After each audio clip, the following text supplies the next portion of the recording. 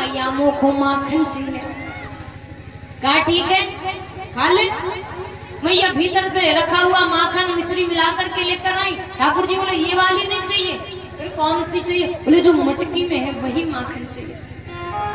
मैया यशोदा बोले इसको निकालने में समय लगेगा, तू तनिक रुक जा, ये निकल जाए फिर प्राप्त कर लेना।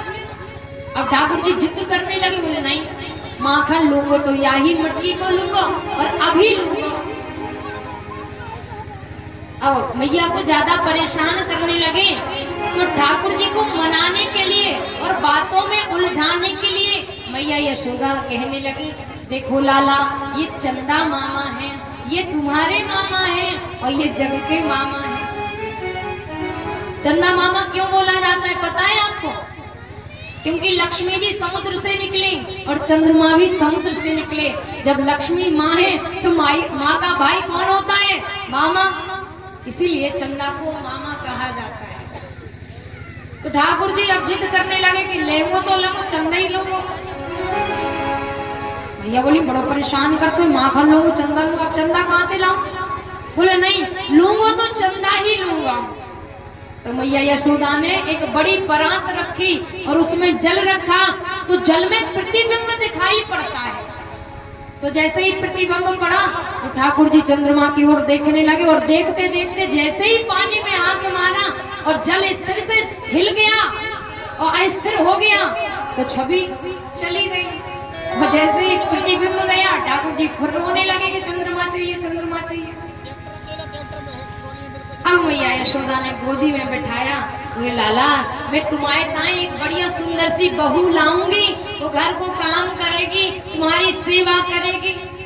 अब भगवान बोले चाहिए तो बहू ही चाहिए। भैया यशोदा बोली दादी के तो पे मौत होगो तो आवे ना है, वो तो को बहू चाहिए। भगवान बोले लूंगा तो बहू ही लूंगा। भैया यशोदा भीतर से जाकर के एक पुतरिया एक गुड़िया लेकर आई, बोले लो बहू है। ठाकुर जी ने देखा, बोले ये बहू नहीं चाहिए, सही वाली बहू चाहिए। भैया बोले कहां से लाऊं सही वाली बहू? स्वाद भगवान श्री कृष्ण कन्हैया लाल भैया यशोदा से कहते हैं कि राधिका गौरी से, कि राधिका गौरी से बिरज की छोरी से मैया करा दे मेरो बाहर।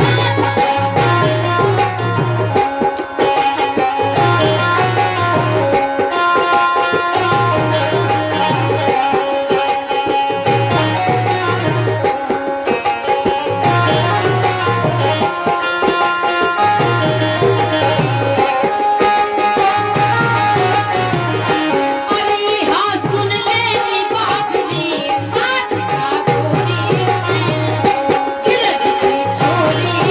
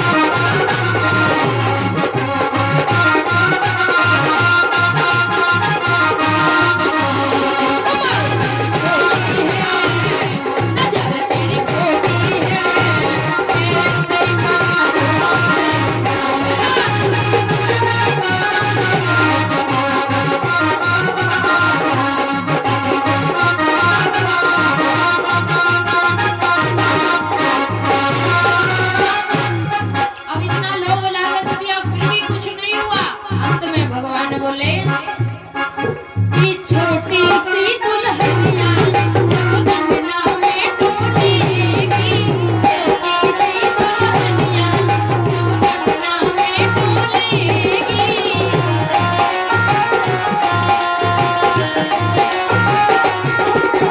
तेरे सामने मैया वो घूंघट ना खोलेगी, तेरे सामने मैया गाँव से जा कहो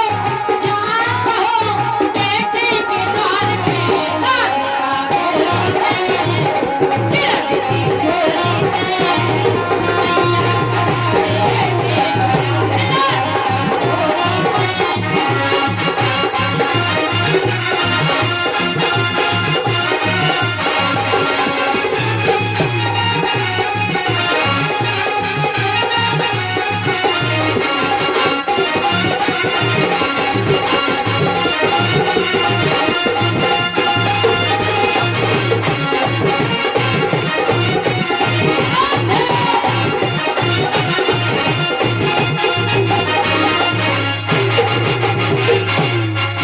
जैसे ही मैया ने सुना कि सुन बात कान्हा की, मैया बैठी मुस्कुराई।